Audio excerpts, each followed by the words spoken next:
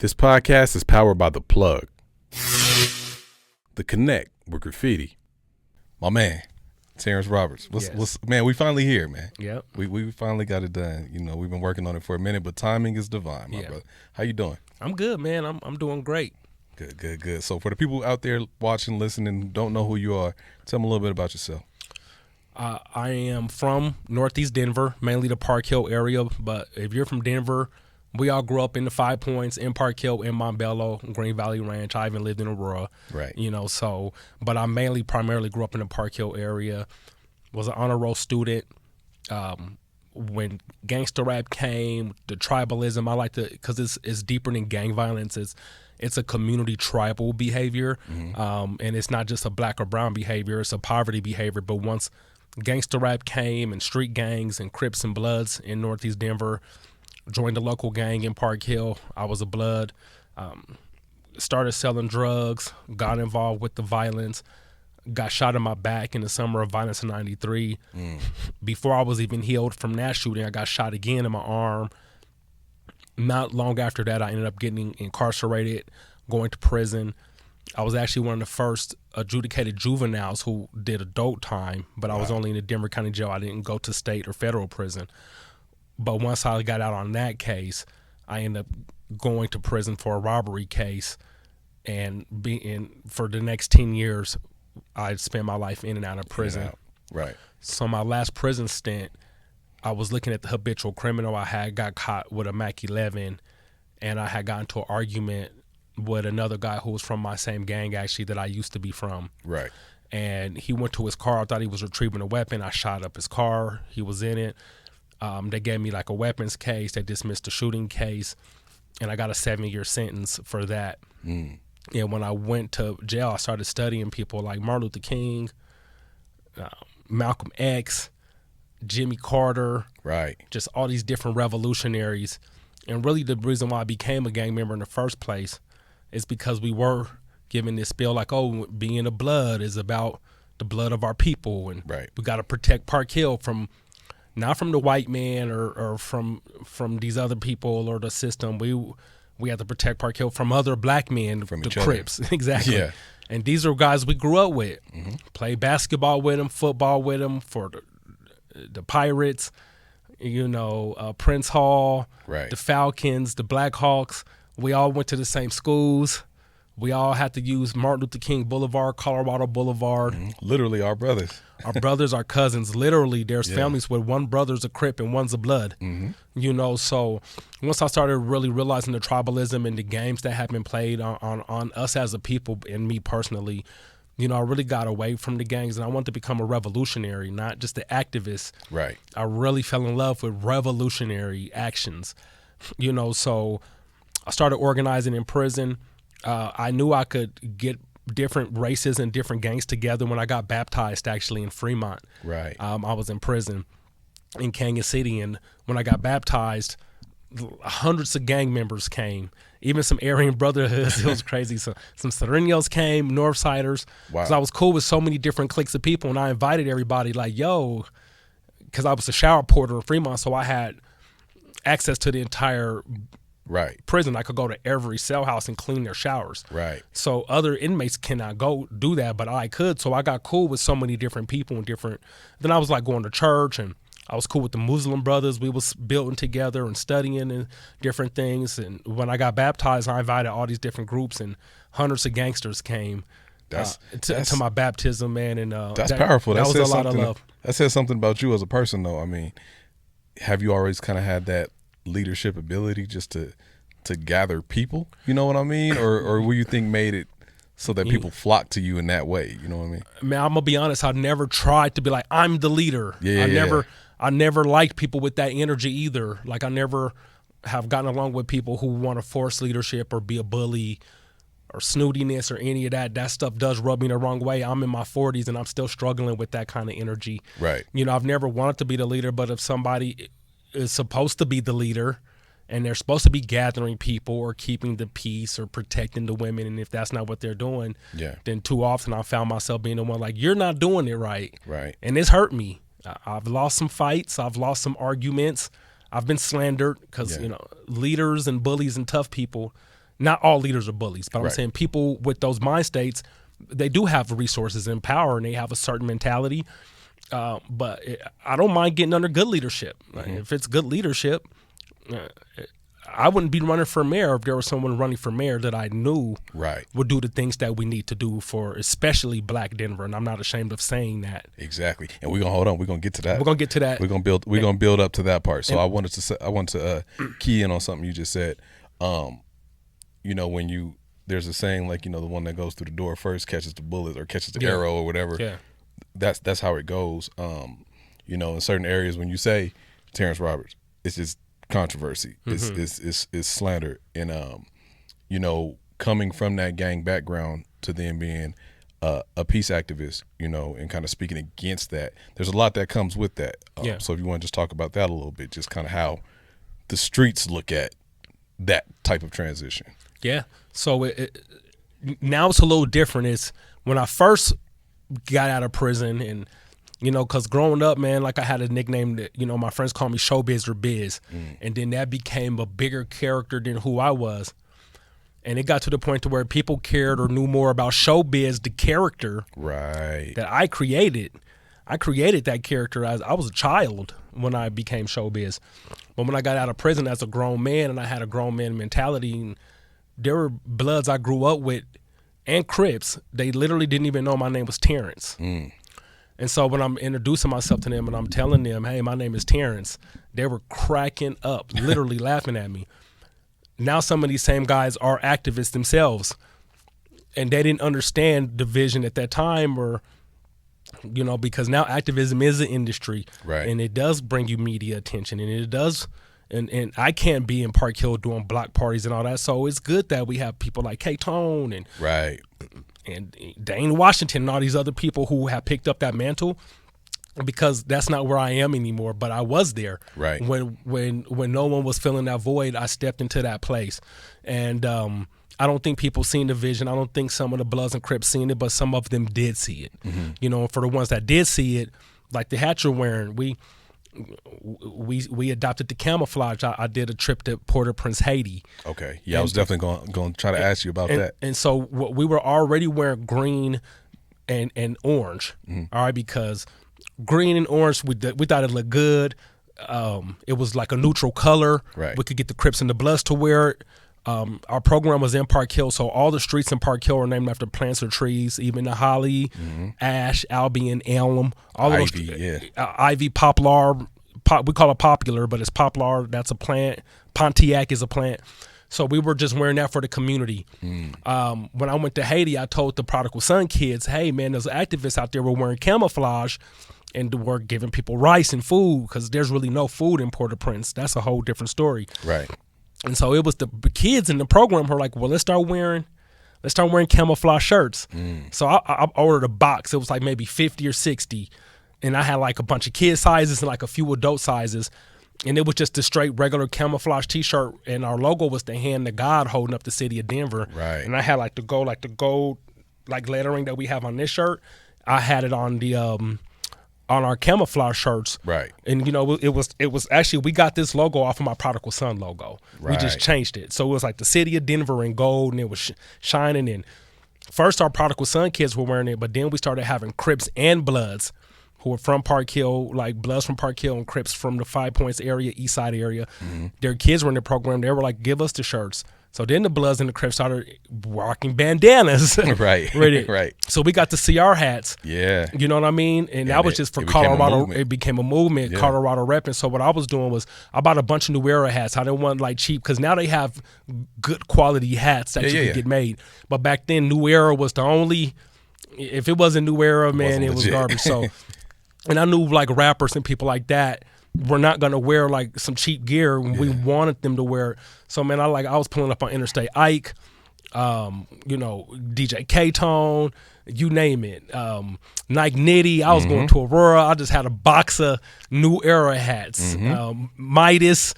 I was meeting people in traffic, like, what's up? Pulling up to the barbershops and giving people fitted hats. And I got a grant for $5,000 to actually buy the gear. Wow, I didn't know that. Yeah, so it was like more like a peace initiative. So we probably shouldn't have been buying so many hats and t-shirts. yeah. But I was like, you know what? These hats and these shirts are going to save, even if it's one life. Oh yeah. And so, man, we started seeing people open it up for big acts, rocking camo. Rocking the hats. So I was going to Chicago, going to Los Angeles at the time, going to Watts. They started doing a development project in Watts, and this is around the time we were cleaning up the Holly from the Crips burning it down. Mm-hmm. So when I was able to get that land use agreement and we built the peace courts, those basketball courts, and when we got the $5 million for the youth center, it really showed some progress. Right. And that's when we were able to get a lot of people locally to get on that camouflage, man. And it wasn't it's at a that hell of a time. movement. You know, you asked if it was like hard to get, you know, the brothers and sisters together. Initially, it kind of was because, man, we're talking about Crips who've never really been east of Colorado Boulevard unless No they type was of like positive bypassing. interaction. Yeah. We're talking about Bloods who've never really been on the 5 Points.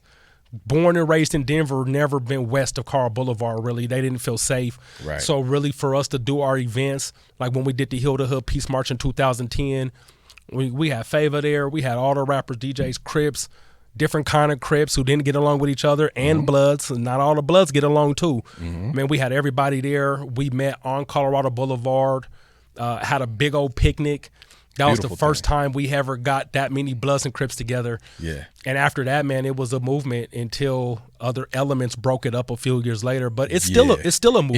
It's still a movement. I think, you know, like I said, I wear it unconsciously. Like I didn't even piece two and two together that you know that I'm wearing it talking to you. Yeah. But I think that camo CR it just represented the unity, you know, and it still represents the unity. I want to go back. You mentioned the Prodigal Son initiative. Let's talk about what that is. Yeah, so the Prodigal Son initiative, that was when I was Bible studying in prison. That became my favorite story. The story of the Prodigal Son, if you didn't know, is in the book of Luke, and it talks about how the son who, even though his father was not dead yet, so he wasn't even due his inheritance, told his dad, which is, if you break it all down, is very disrespectful, to say, Dad, give me my inheritance. You're not even dead yet. I don't want to help you with the field, do none of that. I need my money now. So his dad gave him his share of the inheritance and said, all right, your son, go ahead.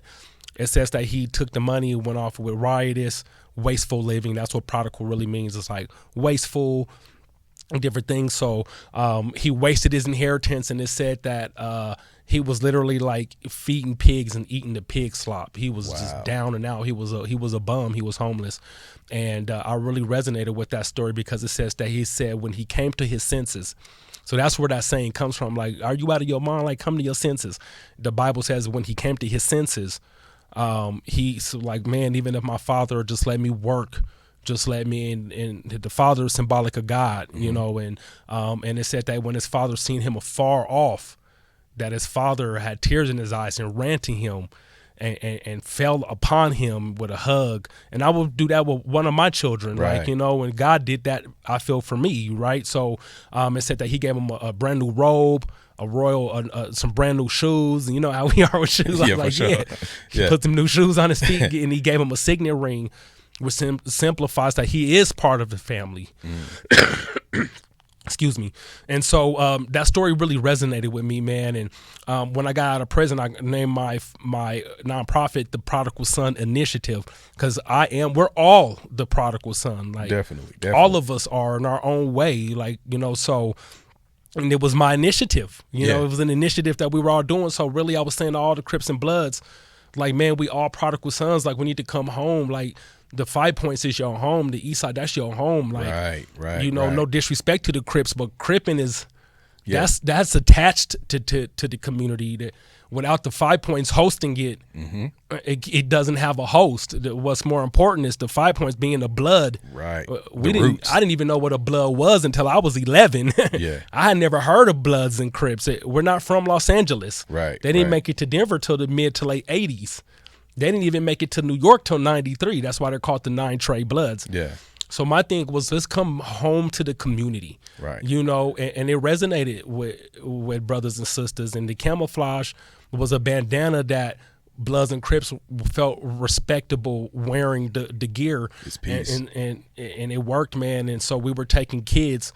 Now, our main objectives was actually not to get gang members together. Yeah. That just came naturally. We weren't even focused on, let's just do a peace treaty. Because that kind of language a lot gets rejected by the hitters. Right. Because if you're going to stop a war, it's really their decision not to do the shootings. It's not Terrance being an activist or the police rolling around. The police been rolling around Right. and people been murdering each other. We would just say, man, just come through, bro. Come with the kids. Like, Yeah. I hope y'all ain't going to do nothing to each other when your niece and your nephew and all these babies is around, because this is deeper than gangbanging. Just peace on good faith. And so, man, we was taking Bloods and Crips, hiking, rafting, rock wall climbing, doing hill to hood movements.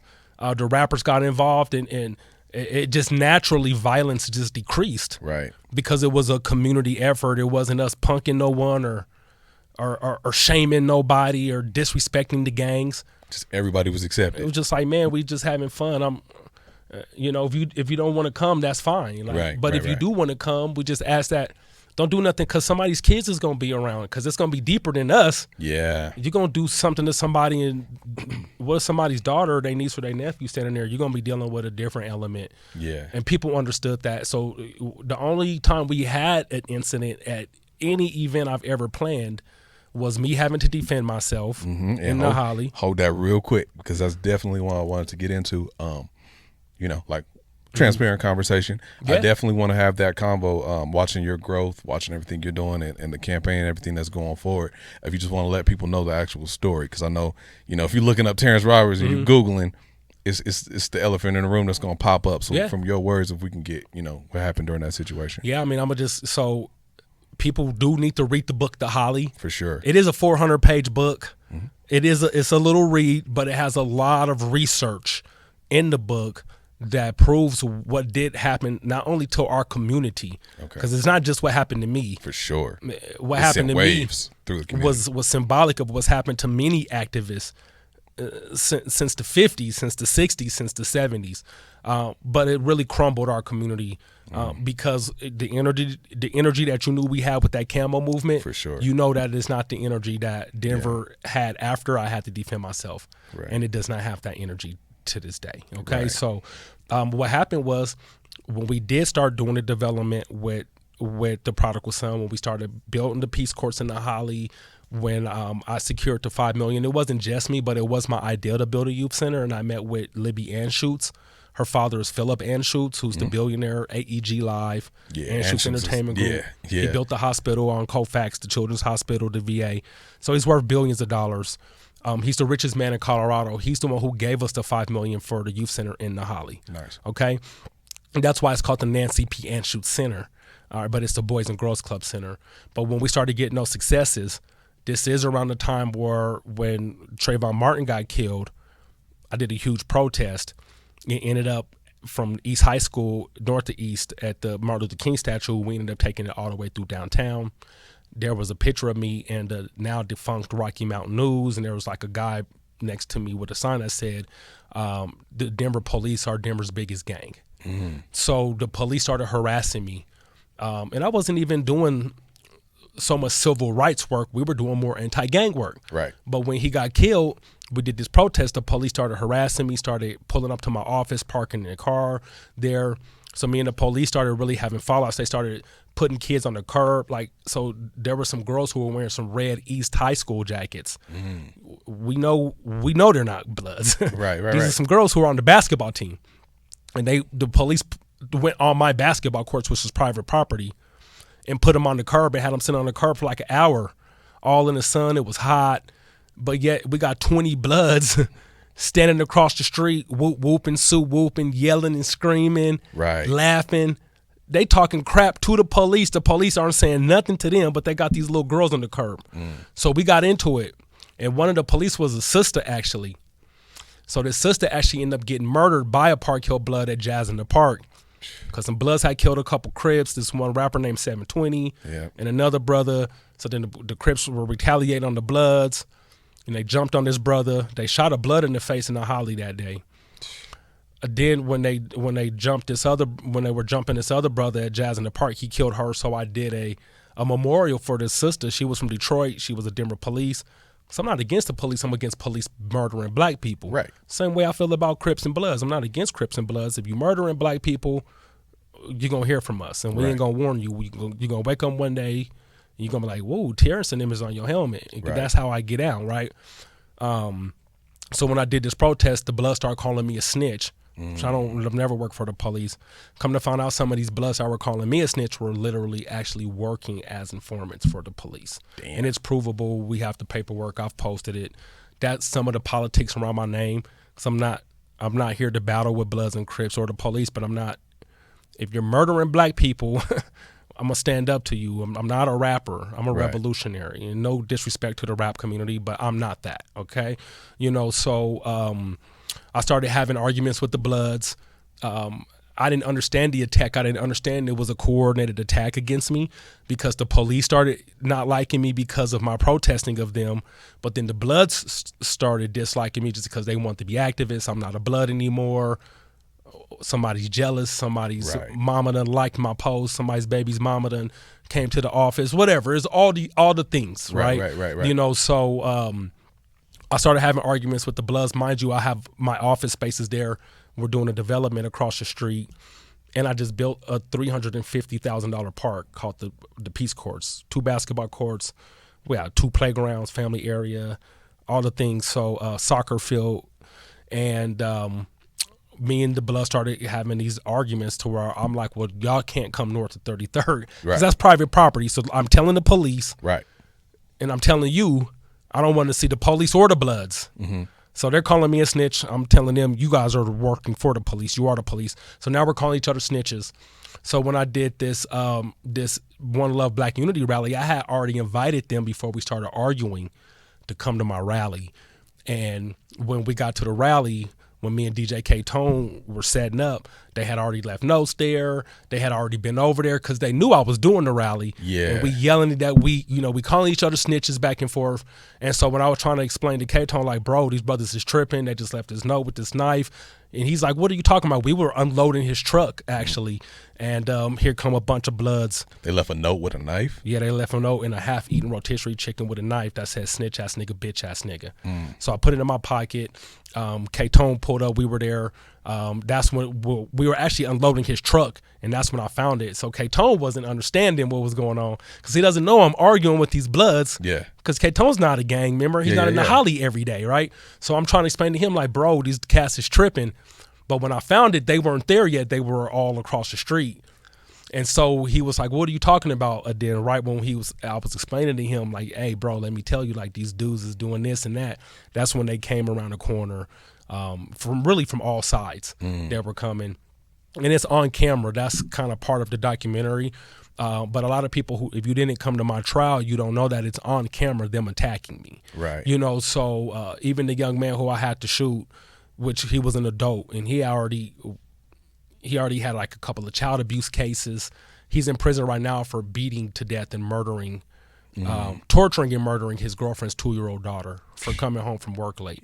Yeah, I'm familiar But when he came around the corner, I asked him, I'm like, why are you doing this to me? Because I wasn't tripping on the Bloods but once y'all start calling me a snitch, and I was younger then, like this was 10 years ago, so my attitude was like, F y'all, like, quit playing with me. we know what that snitch word carries, and you know. Oh, what I mean? No, they were. Yeah. I could be been with my daughter and got my car could have got, because that's what they were trying to do. Get me shot in my car, whatever. Anybody could have did anything to me. Now I was protesting the police. They were working for the police and actively gangbanging.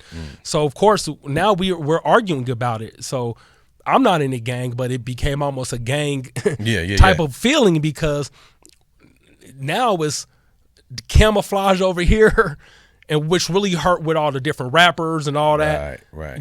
Because now it's like, man, we got to deal with these Bloods and all that, because that is part of the industry. And it put a different stigma on what we were saying. It changed the energy. Yeah, the unity that we seen in that camo, it was being looked at as something negative. But people need to understand that was because of people who worked for law enforcement came to dismantle that, and there's evidence of it. Right. So once we got to doing that, so I asked him, I'm like, why are you doing this to me? And K-Tone was standing there, and there was another brother who was cooking my food. So we were all standing there, and they're going to jump all of us, because they didn't know K-Tone. These dudes is like 22, 23. Yeah. They have bloods from everywhere who didn't know who was standing there. They just wanted to get me, right, whoever was with me. And so he was like, you're a snitch, and you're calling me a snitch. We'll be over there in a minute on Bloods to fuck you up. So I clarified, Like, on Bloods, you'll be over here to fuck me up in a minute. He's like, on Blood. So he was riding around on the bike, and he turned his back on me to go talk to some guys at a truck. And when he turned his back on me, we had been arguing. Yeah. So I had my pistol in my trunk of my car, but I wasn't going to have it on me because I didn't think they were going to try to attack me at my event because they knew it was going to be. My grandma could be there, kids. Yeah. All kind of people were coming. Yeah. But when he turned his back on me after he said that, I went to the truck, I cocked my pistol, and I put it on my hip. Mm-hmm. And I was just going to go stand back next to K-Tone and them and just stand there because I didn't know. I thought they were going to rush me, but they didn't rush me. But when I was walking back to K-Tone and to Reggie, that was the guy cooking our food, he didn't see that I had walked, and I seen him looking at K-Tone and him. He was like, where's he at? And when I was walking back, I could hear him pretty much say, like, let's get him. So it's on camera, them coming on the Halo police camera. It's on them when they're at this so-called computer repair shop when me and K-Tone pull up. So you could see them, and then when me and K-Tone pull up, you see all the Bloods come and surround us. So Mrs. Grimes, rest in peace, who just passed away. But Mrs. Grimes is at my office across the street getting interviewed on a second camera view, and you could see me go to my trunk, get the weapon, close my trunk, and then you see me walking back towards K-Tone and then you see them from all areas try to converge on me, and then you can hear the shooting. Then you see them run. They ended up rolling up on you at the peace rally. At the peace rally, and try to rush me too. You had to do what you had to do. So anyways, I shot towards them all, but he ended up getting nicked on the neck. So I even made this statement because I seen it in the news, and I was thinking that it could have been true because I shot my gun 5 times, and I didn't know if he caught them all or what, but his family was saying, oh, he shot him 5 times. I didn't shoot him 5 times. He had tubes in him because he did get hurt. I shot him in the chest. Right. So, he fell. I was walking up to him. He was still talking because it nicked him in the neck, so you could see him fall. But then he turned over because he only got nicked in the neck. He didn't need a trach or anything. It just nicked his neck, but he felt it nick him, so he thought he was shot. Right. He wasn't shot. So he turned over. He was still talking mess. I shot him in the chest. I hit him in the face with the knife. He laid back. He was like, I'm Boo Blood. Please don't kill me. I told him, you could see me standing over. I'm like, I'm not going to kill you, but you're going to lay here and shut the fuck up. Right. And he was like, please don't kill me. He was begging me not to shoot him. And I'm like, I'm not going to shoot you. I walked off and I had my pistol out because now all the Bloods are like, they ran now. They're like hiding behind cars that they're going to shoot back at me. So now there's volunteers and people who were there for me are starting to come. Right. So I'm standing there with my pistol out. He's laying there. So now there's like a crowd of people helping him out. And all these Bloods are like yelling at me, and my family members are like shoving some of the Bloods. So there's like this big chaotic scene, and then 2 police officers came from the back of the crowd. We're like, drop your weapon, drop your weapon. And it's unfortunate because all of this is going down at the peace rally. It's supposed to be the opposite of what's taking place. The name of the event was the One Love Black Unity Rally. Man. And the reason why I was doing the rally because they had moved those Bloods into the Holly. And all of this stuff was happening. The sister got killed. Right. The 2 Crips got killed. The police officer's sister, the 2 Crips got killed before that. The Crips was coming through the Holly. I watched them shoot a young Blood in the face. Another Crip walked into the convenience store, Junior's, walked out with a honey bun in his mouth, shot 2 Bloods. Man. It was going down. The Bloods were going to the 5 points, shooting at people, shooting Crips.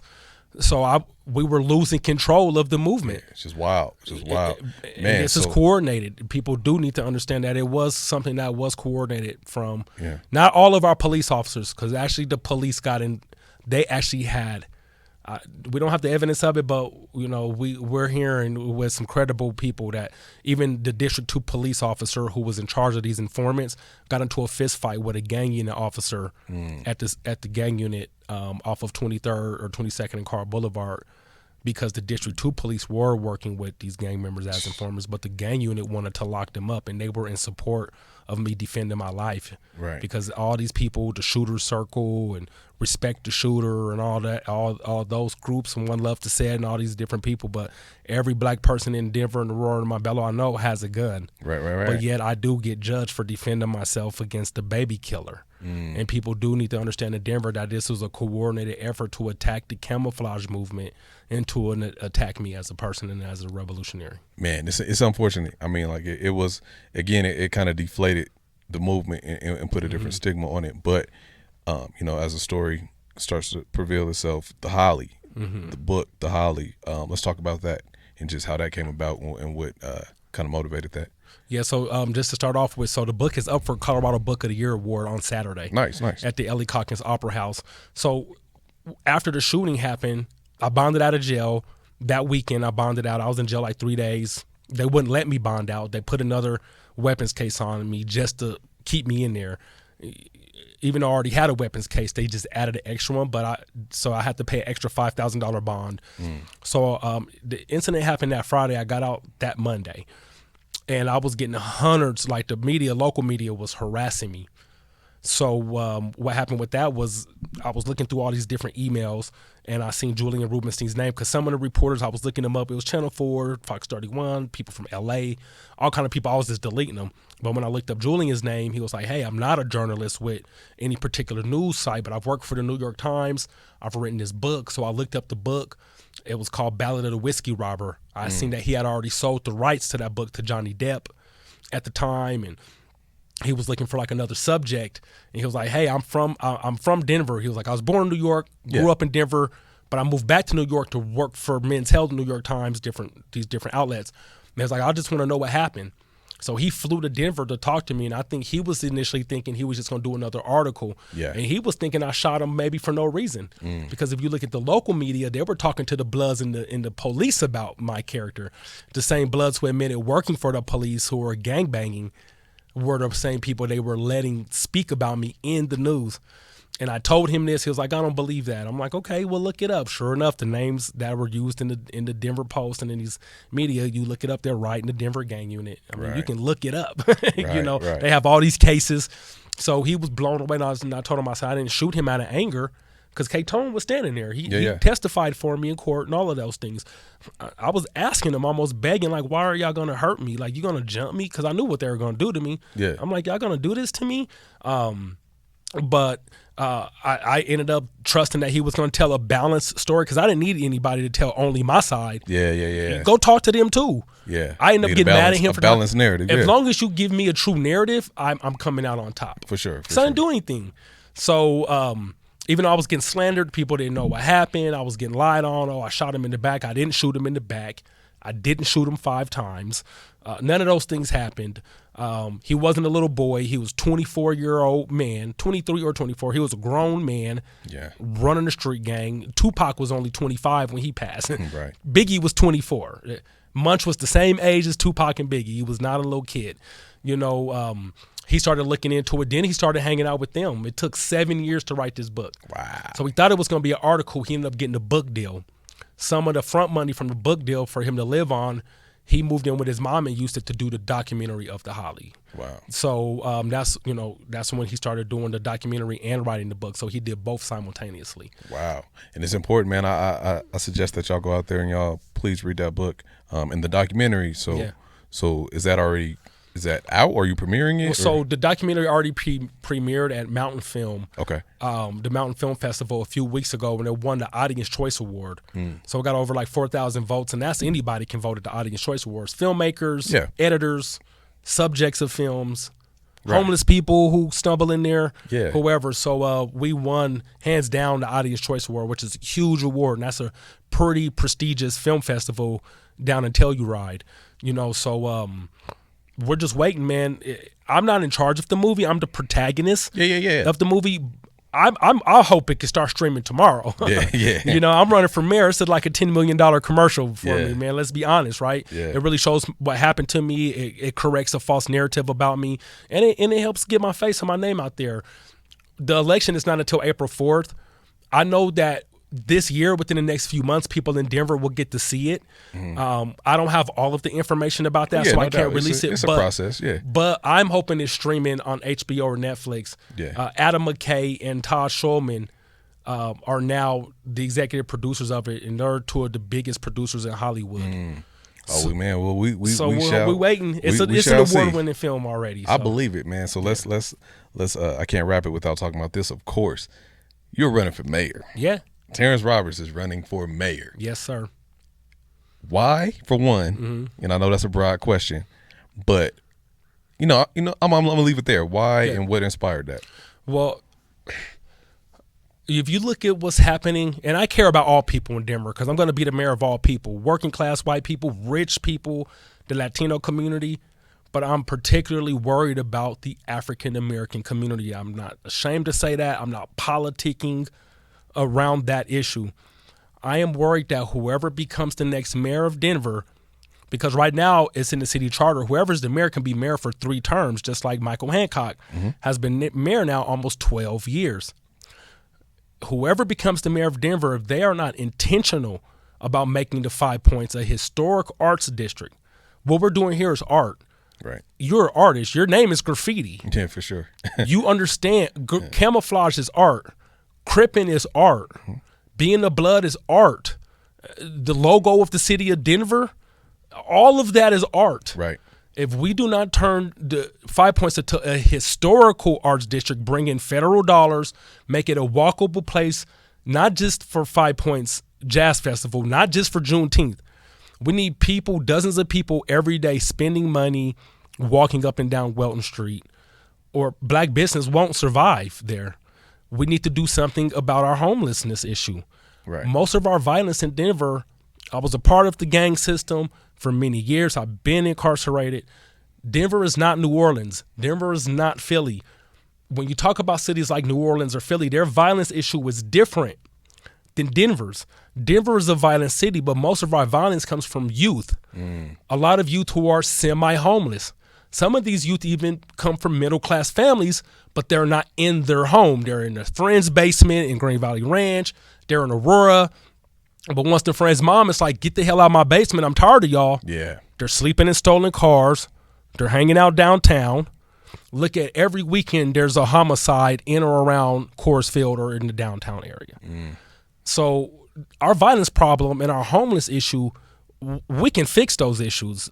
Denver is not an underdeveloped city. Right. Denver is not a city that has had devastating hurricanes and molded and rotted buildings like in the lower Ninth Ward, and the only way to survive is selling heroin and selling dope. Right. We can do that in Denver. Our budget in Denver is $1.49 billion. The development is already here. We have the budget here. This is a great city. It is a clean city. We can make it a safer city. If we can do something around our homelessness issue, then we can have black business on the 5 Points. Then we can have it be a walkable area. Then we can work with our youth who are semi-homeless, because just because you're not sleeping in a tent does not mean you're home. Does not mean that you're not homeless. For sure. So radical change, basically. We need radical change, man. And like I said, the resources are here. Some cities are bankrupt. Yeah. There are literally bankrupt cities where the federal government has to come in, has to manage these cities, have to take them over. But Denver is not a bankrupt city. Denver is a thriving city. Yeah. Once we restructure, so our actual general fund is $1.49 billion, just so people who watch this know from the community. Okay, 39% of our $1.49 billion budget. Mind you, this budget, if you live in Denver, you're paying for that. If you don't pay your taxes, they're going to arrest you. Right. You're going to go sit in that Denver jail. Yeah. So you're paying hundreds of dollars, probably thousands of dollars. So we don't even pay attention to the taxes that we're paying. Yeah, I think a lot of us in the city, especially in the inner city, like we see the things that need help, and we see what needs to change. What I do respect, because of course this is going to be a controversial campaign. We know, you're in it. You know it's going to be a uphill struggle. But what I respect is, coming from where you're from and your background and actually being in the turf, quote unquote. Like a lot of us say, oh, this needs to change. We need to do this. We need to do that. But we don't really move into the space of trying to actually make that change within, you're running for mayor, you know what I mean? Like that's a big leap. I can't keep protesting.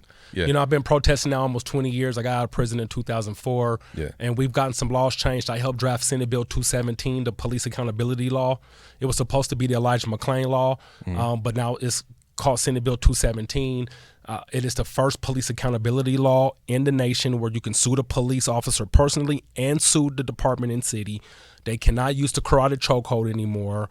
They have to wear body cams. Right. All right. So I helped draft that. So we got some laws like that from protesting. There's a no-knock raid ban in Aurora, just like what happened with Breonna Taylor, what our activist friends and our comrades are trying to do still in St. Louis and other places. We've done that in Denver and Aurora. But now, if we don't do something different about our city budget, like I said, it's $1.49 billion graffiti. 566 million of that, almost 40% of that budget goes directly to policing. Okay, I'm not against the police.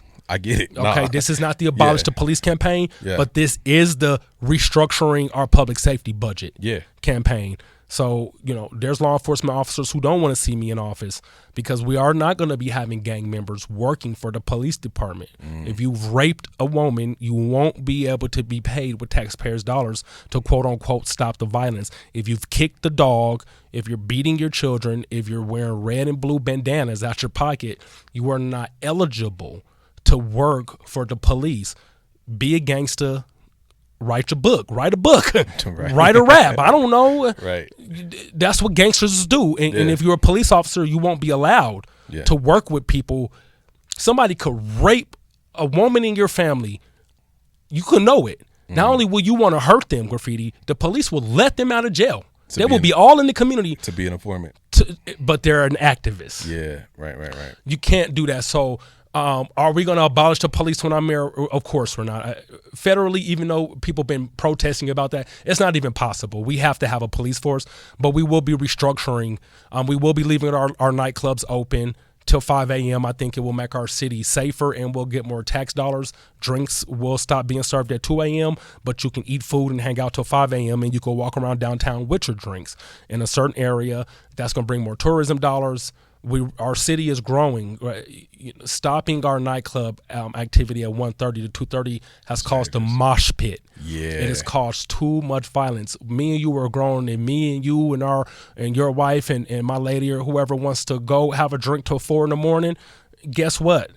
We should be able to do that. If some rappers come from L.A. or New York, they should be able to hang out downtown. If 3 Deep has an after party or something, or you guys doing something, we should be able to hang out till 5 a.m. Right. Also, we should have no more 3-term mayors in Denver. I am committing to cutting my own terms, doing what I can. If I could do an executive override or working with city council to change the city charter to where, from my administration beyond me, no more 3-term mayors. Even if you are a good mayor in a developed city like Denver with a $1.5 billion budget, you don't need to be the mayor for 12 years. That's why our governor is only governor for 8 years. That's why the president can only be president for 8 years. Right. Because that is too much power.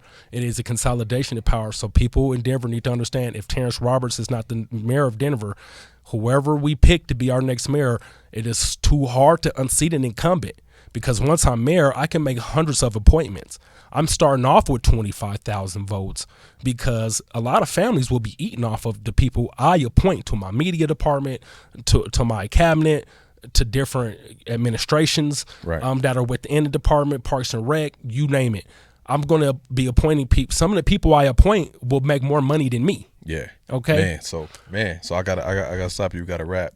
But I like what you're talking, and I usually end the episode with this question. So I'm gonna ask you: there's a young T-Rob out there listening to this right now. Like, man, I'm ready to make this change too. Like I wanna progress. I want to start living different. I want to run for mayor one day. Yeah. What's the piece of advice that you would tell him? Start working on it right now. You can do it. If I can do it, I was out there. Yeah. I was addicted to the violence, to the drama, to the trauma, because I didn't know anything besides that. I was never really that good of a rapper or dope dealer or a hooper. But I could be angry and fight, and I could go to jail. I was good at going to jail and fighting and stuff like that. And if I can pull myself away from that energy and that anger, because it is energy. Yeah. I could have walked in here today just like this, and this would be a totally different interview. Now I'm like, hey, how y'all doing? Right. So if I could get away from that energy, man, and get away from that, then any person can do it. If you want to be mayor of Denver, hit me up. I'm learning myself. I'm not the mayor yet. Yeah. I do believe I am going to be the mayor. We do believe that I have a good shot at this election. It's going to take people donating. It's going to take brothers like yourself, and I do need the black community to get behind me. It's not just going to be me winning. For sure. But I do believe that the support is there. Absolutely. Even if it's not shown. So that's my advice. If you want to do it, but you have to separate yourself, man. Start today, but You can't be a gang member and be the mayor, man. You got to have the strength to get away from that, because no one wants to see that, man. The Crips can't put you in office. No disrespect to the Crips or the Bloods. There's not enough Bloods who vote that's going to put you in office. You need to talk to the Bloods' mom. You need to talk to the aunties. What are you going to do for the babies? Yeah. You know, what are you going to do for even the Crips or the Bloods who are active gang members? Because they need to work too. They're a part of our community. Right. And that's the thing. We want to eradicate gangs and stuff. But then the gang members are our community members. Yeah. They're our cousins, our sons, our brothers, us sometimes. So the tribalism will be there. But if you can't you talking about a young T-Rob, if a young T-Rob or a young person who's like me cannot transcend that eventually, cannot pull away, even though you're going to get mocked and ridiculed. If you're not ready to get mocked and ridiculed from leaving a demonic situation, then you definitely not ready. I get slandered every day. Yeah. There's people who make up memes about me. Gotta have tough skin. People I've never met make up stories about me. Yeah. And some of it still affects me. Like, you know, but I've been through so much leaving the gangs, getting slandered in the news over these 18 years to where you built for it, brother. Oh man, we laugh at that. We share it. Yeah. I would share some stuff like, man, look what they said about me. So that's my advice, man. If I'm built for it, you're built for it. I appreciate it. Can you tell people real quick just how to support the campaign, where to find you, how to follow what you're doing? So, Save Our City Denver. Go there, or Terrance Roberts for mayor. Those are the two ways to get to my website. SaveOurCityDenver.com, TerranceRobertsForMayor.com. I need even a $5 donation, $10. If you live in the city and county of Denver, they will times it times 9. So a $5 donation becomes a $50 donation because they'll give me another $45. Right. A $50 donation becomes a $500 donation because they'll give us $450, which makes it $500 with the initial $50. Yeah. So get involved this Friday at the Web Building on Colfax. We are doing a protest for Alexis Mendez-Perez, Bring a Teddy Bear. It's at 3:30. We'll be there for about an hour. We're just going to go show support for the Alexis Mendez-Perez family. This young man was shot in his back by a correctional officer for hanging out in a vacant house in Montbello, next door to the correctional officer's house. He jumped the fence. The correctional officer shot him in the back, killed him, and shot another youth. So come out and support Friday at 3:30. Save Our City. Denver.com. Make a small donation, even if it's $5. All of that counts for letters, for anything. No donation is not appreciated. It's all appreciated. Come to my events, man. We just had a great showing at Juneteenth. We were in the Juneteenth parade. We got a lot of love. We were walking down the street. My son was on the bullhorn saying, "Vote for Terrance." Man, people were cheering for me. Yeah, it was great to get that kind of love. You got support from the city, man. So again, man, we could go on, but I'm gonna have you back. Yeah. But I appreciate your time. Thank you, Terrance Roberts, man. You are appreciated, brother. Oh man, I appreciate you. Thanks for having me on. My guy. Cool.